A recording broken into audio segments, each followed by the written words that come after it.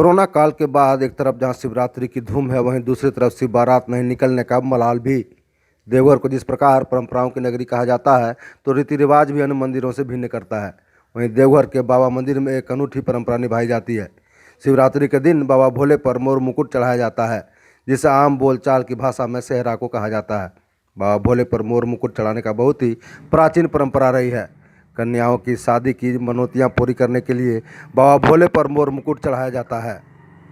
वहीं जब मनोकामना पूरी हो जाती है या नई शादी होती है, तो बाबा को मुकुट चढ़ाने की परंपरा रही है। ऐसे में शिवरात्रि के दिन मोर मुकुट का डिमांड काफ़ी रहती है। हम लोग मालाकार हैं और ये परंपरा 400 वर्ष से ही चल रहा है। और हम लोग रोहिणी का ही मोर बाबा भोला पर चढ़ाया जाता है। हम ही लोग का बनाया हुआ चढ़ाया जाता है बाबा भोले पर। हम लोग यहाँ से 3 बजे सुबह निकलते हैं, भीतर खंड में जाकर के पहले जमा करते हैं। उसके बाद में वहाँ का पंडा वगैरह लोग मिल कर के बाबा पर त्रिशूल पर मोर चढ़ाया जाता है।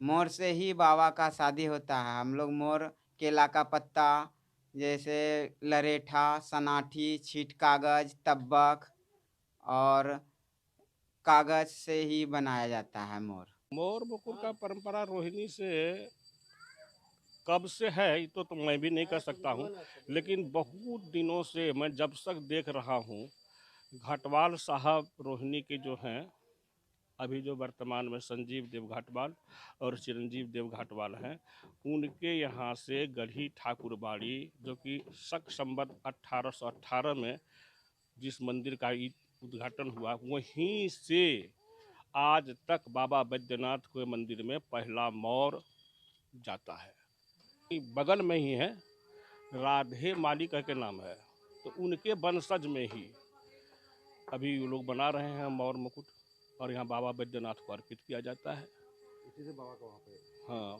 रोहिणी में अभी तक ये परंपरा चली ही आ रही है। हाँ, उसी मोर मुकुट से होता है।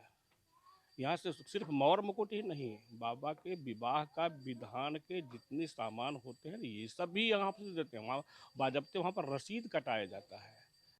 बहरहाल देवघर से 7 किलोमीटर दूर बसा रोहिणी ग्राम इस मोर मुकुट के लिए प्रसिद्ध है।